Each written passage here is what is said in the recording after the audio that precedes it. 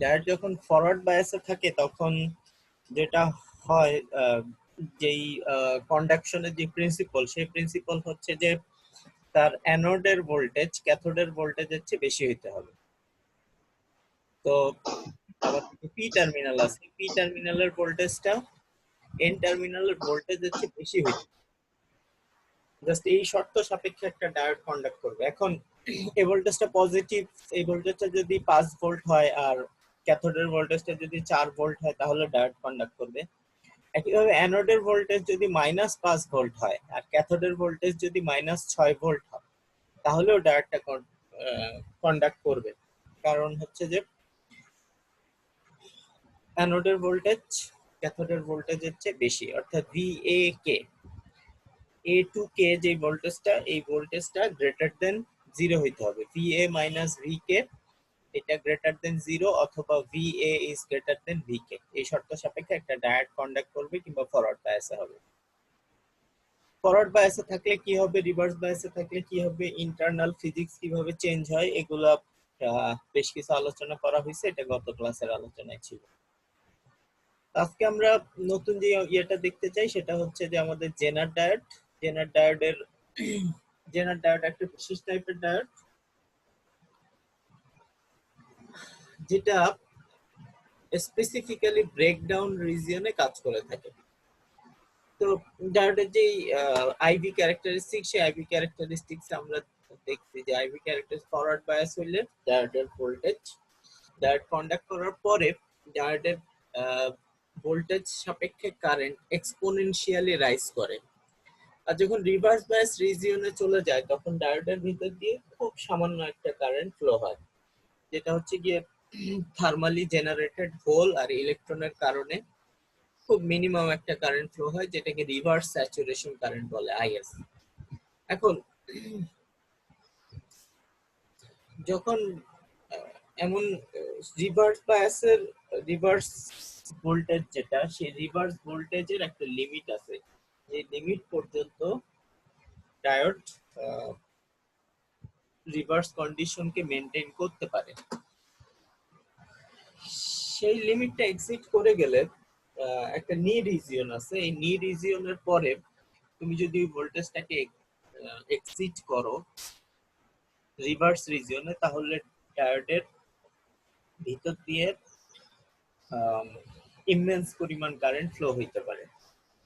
এই immense current flow হওয়ার যে ক্যারেক্টারিস্টিক্স, এই ক্যারেক্টারিস্টিক্স কাজে লাগায় স্পেশালাইজড ভাবে কিছু ডায়োড তৈরি হয়, যে ডায়োড গুলা জেনার ডায়োড বলে, এগুলো জেনার রিজিয়নে কাজ করে। জেনার রিজিয়নটা এখানে দেখানো হয়েছে। তো জেনার ডায়োড রিভার্স রিজিয়নে কাজ করে, জেনার ডায়োডের সিম্বল এখানে দেখানো হয়েছে এবং কারেন্ট ফ্লো এর ডিরেকশনে দেখানো হয়েছে। অর্থাৎ নরমালি আমাদের যে ডায়োড, সেই ডায়োডে আমরা কারেন্ট ফ্লো পি থেকে এন এর দিকে দেখে থাকি। আর যখন একটা ডায়োড জেনার ডায়োডকে যখন কোনো সার্কিটে লাগানো হয় তখন সে জেনার রিজিয়নে কাজ করে এবং তার কারেন্টের ডিরেকশনটা হচ্ছে গিয়ে এন থেকে পি এর দিকে। আচ্ছা, এটার বেসিক আইডিয়াটা কি? বেসিক আইডিয়াটা এখানে বলানো হচ্ছে, সেটা হচ্ছে যে যদি তুমি রিভার্স বায়াস রিজিয়নে ডায়োডের ভোল্টেজ আস্তে আস্তে বাড়াইতে থাকো তাহলে রিভার্স স্যাচুরেশন কারেন্ট ক্রিয়েট হইতে থাকবে। এবং এই রিভার্স যদি তুমি ভোল্টেজ বেশি বাড়াইতে দাও, মানে রিভার্স ডিরেকশনে ভোল্টেজটা অনেক বাড়াই দাও, তাহলে যে মাইনরিটি ক্যারিয়ার গুলো আছে, অর্থাৎ পি টাইপ ডিভাইসে ইলেকট্রন গুলা এবং এন টাইপ ডিভাইসে হোল গুলা, সেগুলার ভেলোসিটি বাড়তে থাকে এবং সেই সাথে সাথে তাদের যে অ্যাসোসিয়েটেড কাইনেটিক এনার্জি অর্থাৎ হাফ এম ভি স্কোয়ার, সেই এনার্জিটাও বাড়তে থাকে।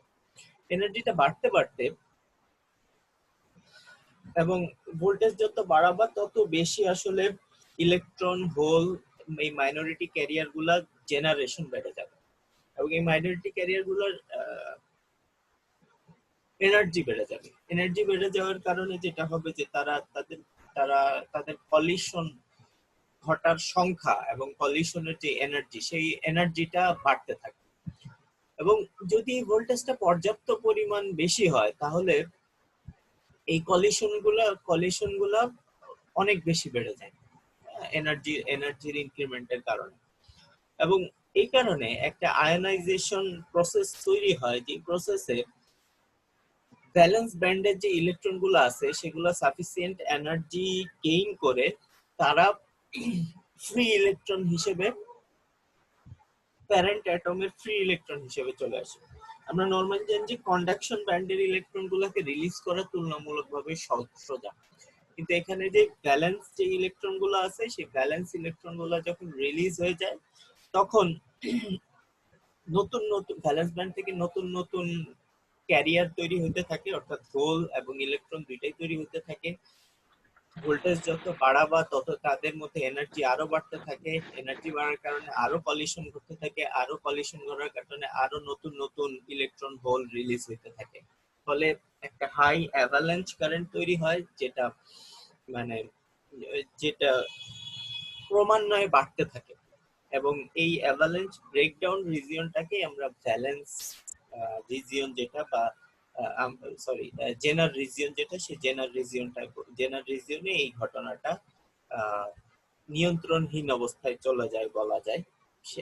তখন মানে যথেচ্ছ পরিমাণ ইলেকট্রন এবং যথেচ্ছ পরিমাণ হোল ডিভাইসের ভিতর দিয়ে ফ্লো হতে থাকে।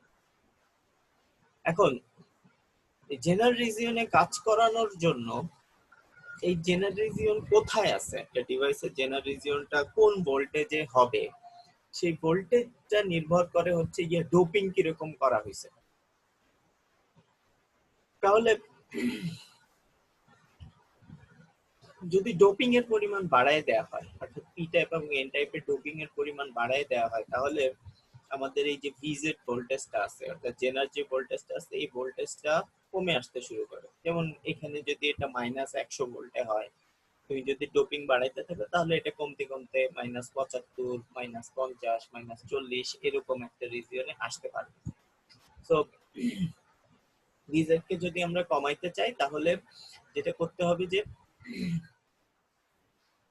ডোপিং এর ক্যারেক্টারিস্টিক্স বাড়াই দিতে হবে, ডোপিং এর কনসেন্ট্রেশনে আমাদেরকে চেঞ্জ করতে হবে। এখন সাধারণত নরমালি যেসব ডায়োড ফরওয়ার্ড বায়াস অ্যাপ্লিকেশনের জন্য তৈরি হয় সেগুলাতে রিভার্স ভোল্টেজটা বা রিভার্স ব্রেকডাউন ভোল্টেজটা অনেক বেশি থাকে। আর যেসব ডায়োড গুলা জেনার রিজিয়নে কাজ করবে, অর্থাৎ যে ডায়েট গুলা জেনার ডায়েট, সেই ডায়েট গুলাতে ডোপিং এমন ভাবে করা হয় যেন এদের ভিতরে এদের যখন এরা রিভার্স রিজিয়নে কাজ করে তখন তখন এদের যে ইলেকট্রিক ফিল্ড, অর্থাৎ স্পেস চার্জ রিজিয়নে যে ইলেকট্রিক ফিল্ড, সেই ইলেকট্রিক ফিল্ডটা এমন এমন স্ট্রং ভাবে তৈরি হয় যে একটা নির্দিষ্ট ভোল্টেজ অ্যাচিভ করার পরে এরা এই যে আগে যে ঘটনাটা বলা হয়েছে, অর্থাৎ আয়োনাইজেশন প্রসেসের মাধ্যমে মাইনরিটি ক্যারিয়ার গুলার এনার্জি গেইন করা এবং সেই গেইন গুলা করার মাধ্যমে রিভার্স রিজিয়নকে ব্রেক করে তাদের ভিতর দিয়ে যথেষ্ট পরিমাণ কারেন্ট ফ্লো করার মতো অবস্থানে চলে যাওয়া, এই অবস্থানে অর্থাৎ জেনার রিজিয়নে চলে যাওয়ার মতো অবস্থা ক্রিয়েট করার মতো পর্যাপ্ত পরিমাণ ক্যারিয়ার যেন তৈরি হয়, সেইভাবে এই জেনার ডায়োড গুলাকে ক্রিয়েট করা হয়। তো একটা জেনার ডায়োড যখন জেনার রিজিয়নে কাজ করে তখন সেটা সেটা রিভার্স ভোল্টেজ যেটা, সেই রিভার্স ভোল্টেজের পরিমাণ অর্থাৎ জেনার যে পটেনশিয়াল বা জেনার ভোল্টেজ ব্রেকডাউন ভোল্টেজ আমরা যাকে বলে থাকি, সেই ভোল্টেজটার পরিমাণ 1.8 ভোল্ট থেকে 200 ভোল্ট পর্যন্ত বিভিন্ন ভোল্টেজের জেনার ডায়োড বাজারে পাওয়া যায়। তো এদের অ্যাকচুয়াল সিম্বল হচ্ছে কি, এটা ইকুইভ্যালেন্ট সার্কিটকে আমরা এইভাবে দেখতে পারি। রিভার্স রিজিয়নে যখন জেনার ডায়োড কন্ডাক্ট করবে তখন তার ভিতরে একটা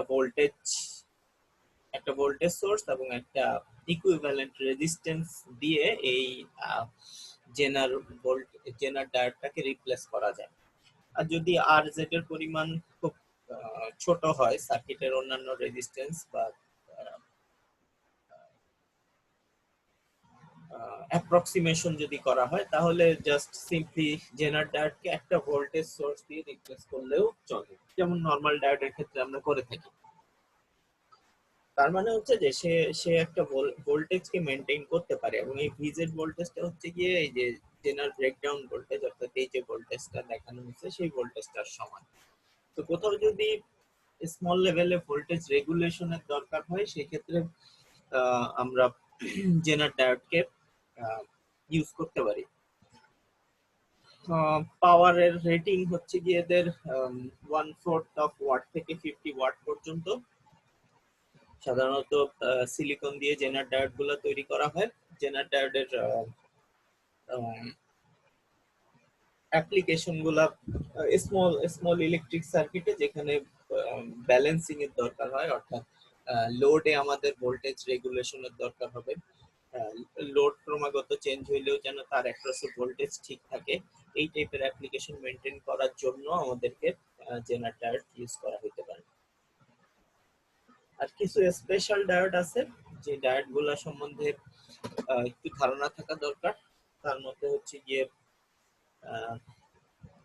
শর্টকি ডায়োড বা শর্টকি ব্যারিয়ার ডায়োডও বলে এদেরকে। শর্টকি ডায়োডের মূল প্রিন্সিপাল হচ্ছে গিয়ে এটা মেটাল আর লাইটলি বা moderately doped N type semiconductor দিয়ে তৈরি হয়। একটা মেটাল আর একটা সেমিকন্ডাক্টরের জাংশন একটা ডায়োডের মতোই কাজ করে। এটা ওয়ান ডিরেকশনে কারেন্ট ফ্লো করে। একটা ভোল্টেজ দিলে সেটা ফরওয়ার্ড ডিরেকশনে হইলে কারেন্ট ফ্লো করতে পারে, অথবা রিভার্স ডিরেকশনে হইলে ব্যাকওয়ার্ড ডিরেকশনে কারেন্ট ফ্লো করতে পারে। এটা ডিটেইলস, এই টাইপের ডায়োডের ডিটেইলস তোমরা ইয়েতে পাবা। মেটালিক কন্ডাক্টের সাথে সেমিকন্ডাক্টর যুক্ত হইলে সেটার ক্যারেক্টারিস্টিক্স গুলো কিরকম হয় সেটা সেমিকন্ডাক্টর যখন পড়বা তখন ওই কোর্সে ডিটেইলস আলোচনা হবে। জানার জন্য যে শর্টকি ডায়োড তুলনামূলকভাবে ফাস্ট কাজ করে, শর্টকি ডায়োডের application bipolar transistor logic circuit, যেসব লজিক ডিভাইসে ডায়োডের প্রয়োজন হয় ডিজিটাল লজিক সার্কিটে এই শর্টকি ডায়োডের অ্যাপ্লিকেশন পাওয়া যায়। আরেক টাইপের ডায়োড আছে যে ডায়োড গুলাকে বলে হচ্ছে গিয়ে ভ্যারাক্টর। ভ্যারাক্টর ডায়োড গুলা হচ্ছে যে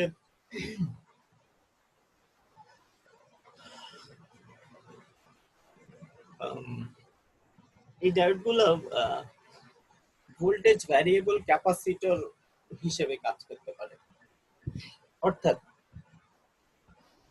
প্রথম কথা হচ্ছে যে আমাদের যখন একটা ডায়োড ক্রিয়েট হয় তখন ডায়োডের মাঝখানে থাকে হচ্ছে গিয়ে তোমার স্পেস চার্জ রিজিয়ন বা ডিপ্লেশন রিজিয়ন। এখন ডিপ্লেশন রিজিয়নটাকে আমরা ধরতে পারি যে এখানে ফ্রি চার্জ নাই। হ্যাঁ, এখানে এই এটা ডিপ্লেট মানে এখানে শূন্যতা বিরাজ করতেছে, চার্জের শূন্যতা বিরাজ করতেছে। এটার এক পাশে কিন্তু ডোনর অ্যাটম আছে, অন্য পাশে কিন্তু আমার অ্যাকসেপ্টর অ্যাটম আছে। যদি স্ট্রাকচারটা আরেকবার একটু খেয়াল করি তাহলে দেখো যে পিতে এক পাশে হচ্ছে গিয়ে ডোনর অ্যাটমের পিতে হচ্ছে গিয়ে অ্যাকসেপ্টর অ্যাটমের আধিক্য, আর এনে হচ্ছে গিয়ে ডোনর অ্যাটমের আধিক্য। আর মাঝখানের জায়গাটা যদি আমরা চিন্তা করি ডিপ্লেশন রিজিয়ন, তাহলে এই জায়গাটা হচ্ছে গিয়ে ফাঁকা, শূন্য। তার মানে হচ্ছে যে এখানে একটা আসলে ক্যাপাসিটেন্সের উপস্থিতি আছে। ক্যাপাসিটরের ক্ষেত্রে যেটা হয় যে ক্যাপাসিটর এক সাইডে পজিটিভ চার্জ আর এক সাইডে নেগেটিভ চার্জ, আর মাঝখানের জায়গাটা কোন একটা ইনসুলেটর ম্যাটেরিয়াল দিয়ে ইয়ে করা থাকে, ফিল্ড আপ থাকে। ঠিক সিমিলারলি একটা ডায়োডেও কিন্তু একটা ক্যাপাসিটেন্স বিরাজ করে, যেই ক্যাপাসিটেন্সটার নাম হচ্ছে গিয়ে জাংশন ক্যাপাসিটেন্স বা ডিপ্লেশন লেয়ার ক্যাপাসিটেন্স। এখন এই ডিপ্লেশন লেয়ার ক্যাপাসিটেন্স এর ফর্মুলাটা হচ্ছে যে ক্যাপাসিটরের যে ফর্মুলা Q/V। তো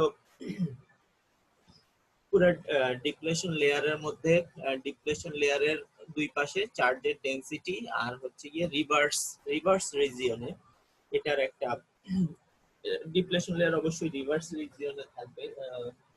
ফরওয়ার্ড বায়াসিং হলে তো ডিপ্লেশন লেয়ারের উপস্থিতি নাই, সেখানে তো কন্ডাকশন চলে আসতেছে, ডিপ্লেশন লেয়ার উধাও হয়ে গেছে। তো রিভার্স বায়াস রিজিয়নে, রিভার্স বায়াস কন্ডিশনে তুমি রিভার্সে যে ভোল্টেজটা দিবা সেই ভোল্টেজের ফাংশন হচ্ছে গিয়ে আমাদের এই জাংশন ক্যাপাসিটি। এখন কোনো একটা ভিআর সমান সমান ভিকিউ কন্ডিশনে আমাদের এই জাংশন ক্যাপাসিটেন্সের সূত্র হচ্ছে গিয়ে এটা। তাহলে এই সূত্র ইন্ডিকেট করতেছে যে আমাদের জাংশন ক্যাপাসিটেন্সটা আসলে রিভার্স বায়াস ভোল্টেজের একটা ফাংশন। ঠিক কতখানি রিভার্স বায়াস অ্যাপ্লাই করতেছি সেই অনুযায়ী আসলে এই ক্যাপাসিটেন্সের মান চেঞ্জ হবে। এখন তার মানে যদি রিভার্স বায়াস বেশি হয় তাহলে এই ক্যাপাসিটেন্সের মান কমবে, আর যদি রিভার্স বায়াস অল্প হয় তাহলে এই ক্যাপাসিটেন্সের মান বাড়বে। এই এই ফর্মুলাটাকে কাজে লাগায় অনেক সময় automatic tuning of radio receiver এই একটা ইউজ করা হয়। একটা রেডিও সিগন্যালের স্ট্রেংথের উপর বেস করে হচ্ছে গিয়ে ভোল্টেজের আপ ডাউন হবে, আর ভোল্টেজের আপ ডাউন অনুযায়ী এই ক্যাপাসিটেন্সের মান চেঞ্জ হবে। আর ক্যাপাসিটেন্স আবার ফ্রিকোয়েন্সির সাথে রিলেটেড। তো সেই সেই ওভারঅল এই মেকানিজমটাকে কাজে লাগে রেডিও রিসিভারের টিউনিং এ অনেক সময় ব্যারাক্টর সার্কিট ইউজ হয়। আগের দিনে যেসব টিউনার আছে, রেডিও রিসিভার আছে, সেই রিসিভার সার্কিটে প্রায় ব্যারাক্টর নামে একটা কম্পোনেন্ট পাওয়া যায়। তো সেই কম্পোনেন্টটা হচ্ছে কি এই প্রিন্সিপালে কাজ করে থাকে। তাহলে এটা কাইন্ড অফ ডায়োড।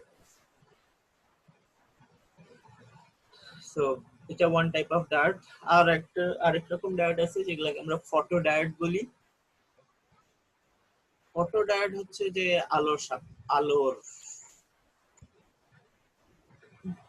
উপস্থিতির ভিত্তিতে কাজ করবে। এই ডায়োডের মূল ওয়ার্কিং প্রিন্সিপাল হচ্ছে যে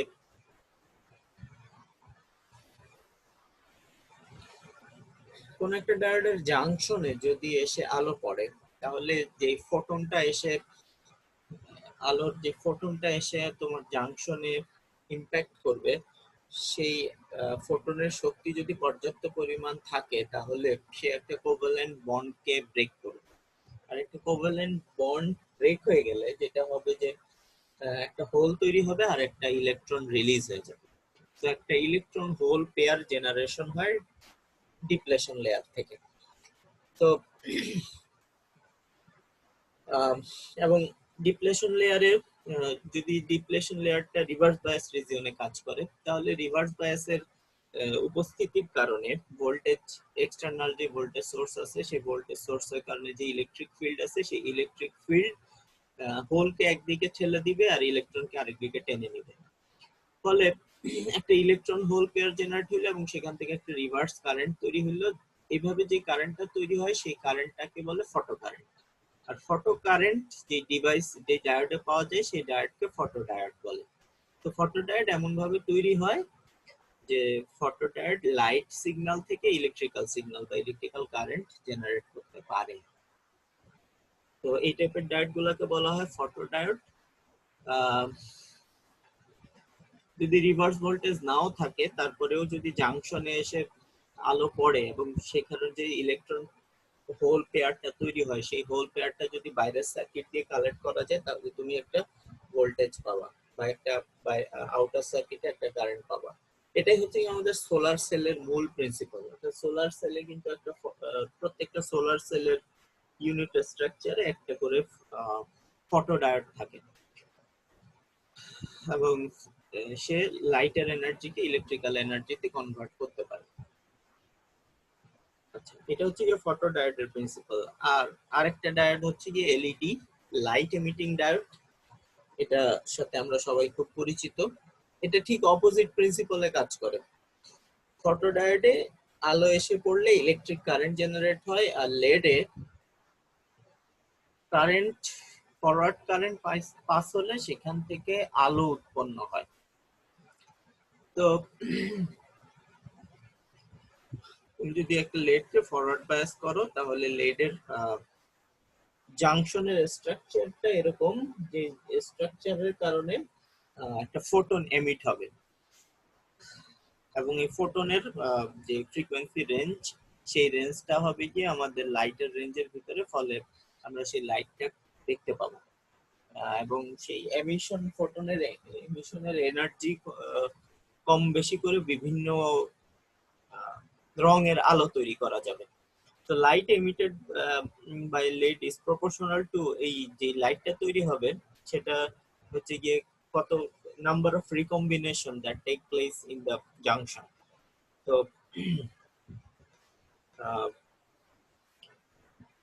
মানে একটা পি থেকে কতগুলা ইলেকট্রন আসতেছে এবং সেই ইলেকট্রন গুলা এসে জাংশনে কতখানি রিকম্বিনেশন হচ্ছে এট এ টাইম আমার এন টাইপ থেকে কতগুলা হোল আসতেছে এবং হোল এসে আমাদের জাংশনে রিকম্বিনেশন হচ্ছে তার সেই সংখ্যার প্রপোর্শনাল। সো তো যে ফরওয়ার্ড কারেন্ট একটা ডায়োডের যে ফরওয়ার্ড কারেন্ট আছে সেই ফরওয়ার্ড কারেন্টের প্রপোর্শনাল হচ্ছে গিয়ে কতগুলো রিকম্বিনেশন ঘটে জাংশনে আর জাংশনে কতগুলো রিকম্বিনেশন ঘটে তার উপর ভিত্তি করে কতখানি আলো এমিট হবে বা কোন এনার্জির আলো এমিট হবে সেটা নির্ভর করে হচ্ছে গিয়ে জাংশনে কয়টা রিকম্বিনেশন ঘটতেছে। তো এই প্রিন্সিপালে আমাদের লেড কাজ করে থাকে। লেডের বিভিন্ন ডিসপ্লেতে লেডের এক্সাম্পল আছে, এছাড়া এগুলার লেজারেও আমাদের এই লেডের ইয়ে পাওয়া যায় বা এই প্রিন্সিপালটা পাওয়া যায়। আচ্ছা, এই ছিল মোটামুটি হচ্ছে কি আমাদের ডায়োডের ডিভাইসের ধারণা। আর হচ্ছে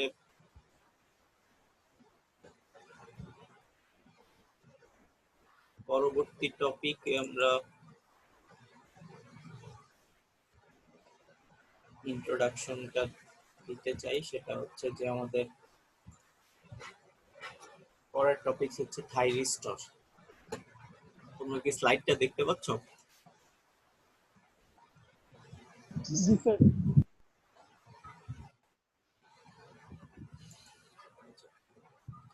তাহলে থাইরিস্টর ডায়োড হচ্ছে কি একটা টু টার্মিনাল ডিভাইস। থাইরিস্টর হচ্ছে কি একটা থ্রি টার্মিনাল ডিভাইস। ডায়োডের কথা বলছিলাম যে ডায়োড হচ্ছে কি আনকন্ট্রোলড সুইচ, অর্থাৎ once the device is connected, once the diode is connected in the circuit, its voltage and current is totally dependent on the circuit's surroundings. এখন থাইরিস্টরের ক্ষেত্রে কি ঘটবে? থাইরিস্টর ও একটা থ্রি টার্মিনাল ডিভাইস এবং এটা একটা সেমি কন্ট্রোলড ডিভাইস। নরমালি যে thyristor গুলো আছে সেই থাইরিস্টর গুলো টার্ন অন প্রসেসটা কন্ট্রোল করা যায়।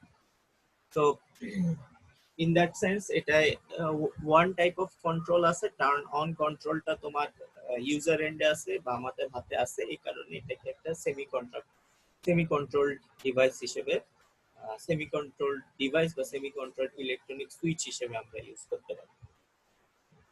আচ্ছা, এখন থাইরিস্টর স্ট্রাকচারটা কিরকম? থাইরিস্টরের বেসিক সিম্বলটা এখানে দেখানো হয়েছে। সেই বেসিক সিম্বলটা হচ্ছে কি একটা অ্যানোড, একটা ক্যাথোড, এই দুইটা টার্মিনাল আছে আর একটা গেট টার্মিনাল আছে। কেউ কি কিছু বলতে চাও?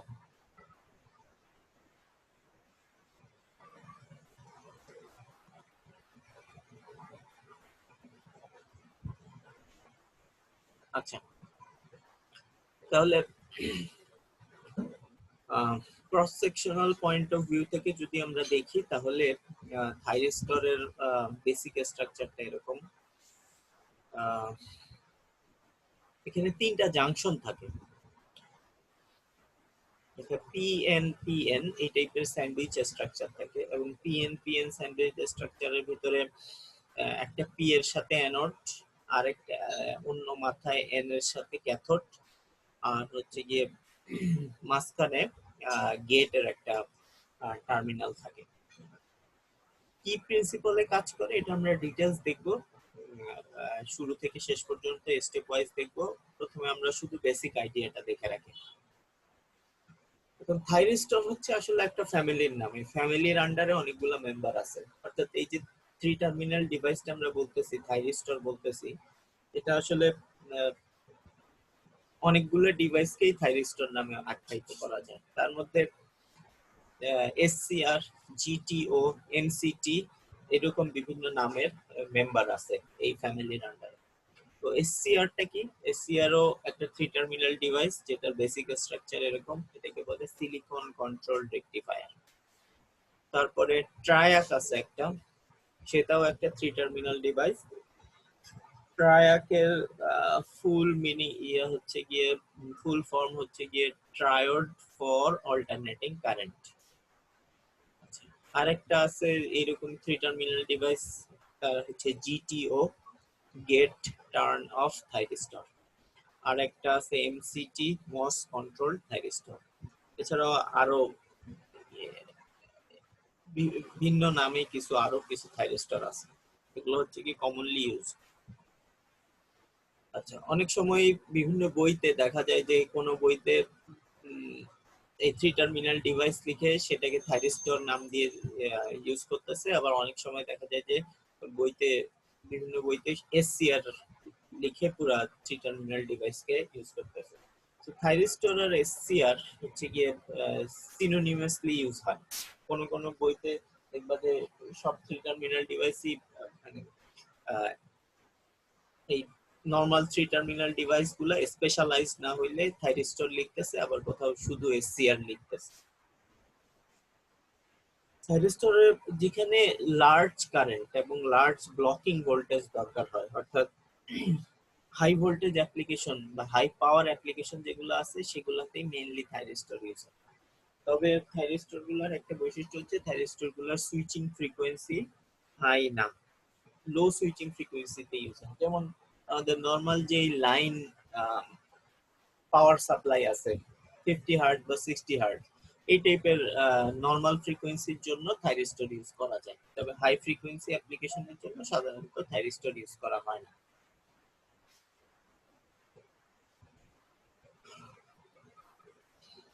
তো যে বেসিক কথাগুলো যে বললাম সেটা হচ্ছে এখানে আবার একটু সামারাইজ করে দেয়া আছে।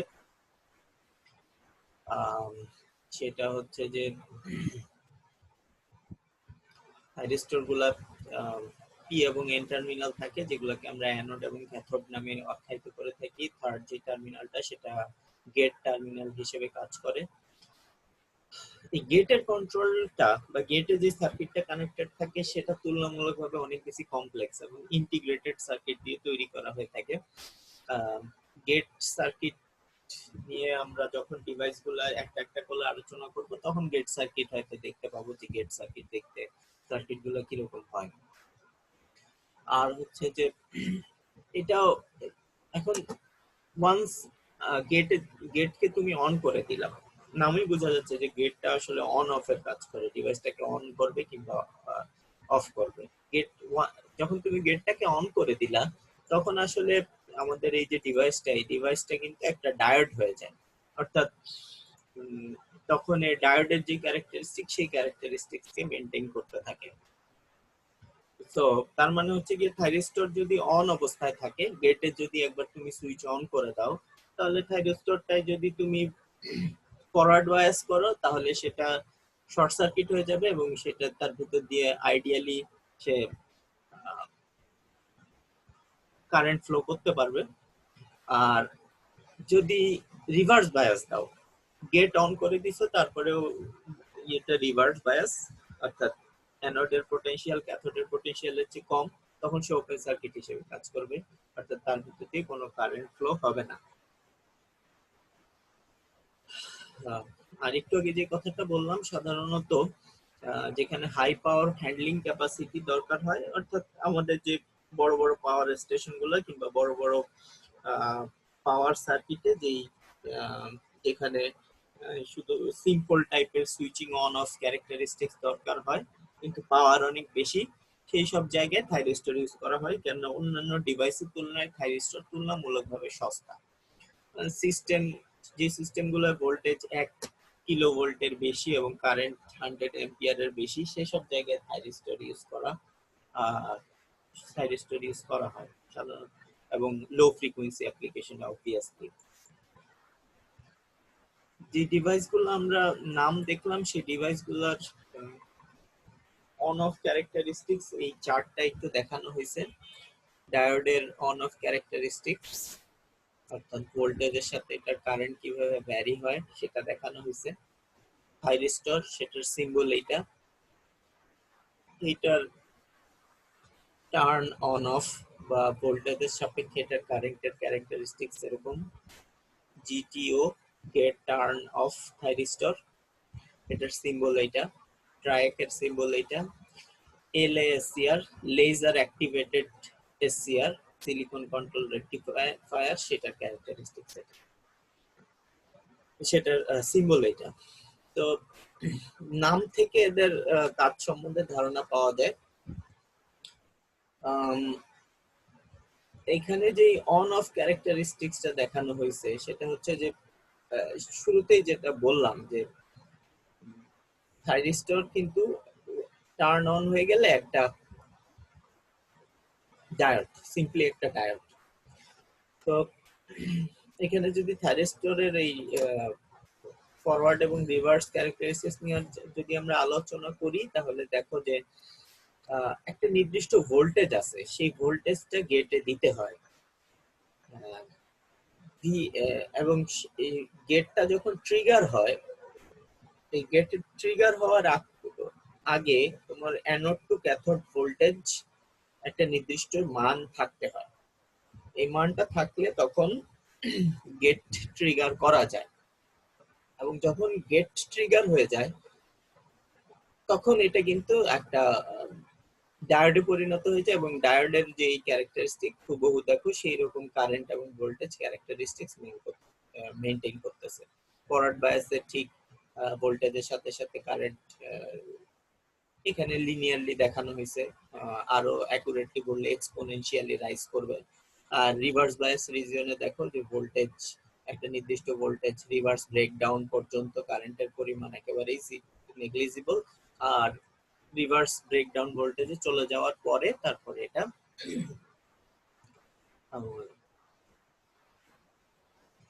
এটার ভিতর দিয়ে অ্যাভালাঞ্চ কারেন্ট ফ্লো হইতে পারবে। সো এই যে গেটিং এর যে ব্যাপারটা, সেই ব্যাপারটা আমরা ডিটেইলস দেখবো যে এখানে গেটিং এর সময় আসলে কি কি শর্ত মেইনটেইন করতে হয়। সো এসসিআর নিয়ে ডিটেইলস আলোচনা আছে, প্লাস এই ডিভাইসগুলো নিয়েও ক্যারেক্টারিস্টিক্স নিয়েও আমরা আলোচনা করব, জিটিও নিয়েও জিটিও এর ক্যারেক্টারিস্টিক্স নিয়ে আলোচনা করব। কিন্তু সবকয়টার ভোল্টেজ কারেন্ট বা ভিআই ক্যারেক্টারিস্টিক্স দেখো একই রকম। গেট ট্রিগার হয়ে যাওয়ার পরে সবকয়টাই আমার ডায়োডের মতো অ্যাক্টিভ আলো কাজ করতেছে। এটা লেজার অ্যাক্টিভেটেড, লেজার গেটে লেজারের আলো দিয়ে গেটকে ট্রিগার করা হয়, ট্রিগার করলে ওইটা ইয়েতে কাজ করে, ফরওয়ার্ড বায়াসে কাজ করে। আর ট্রাইঅ্যাক যেটা, সেই ট্রাইঅ্যাকটা আসলে এসি তে কাজ করে, অর্থাৎ বোথ ডিরেকশনে সে কাজ করতে পারে।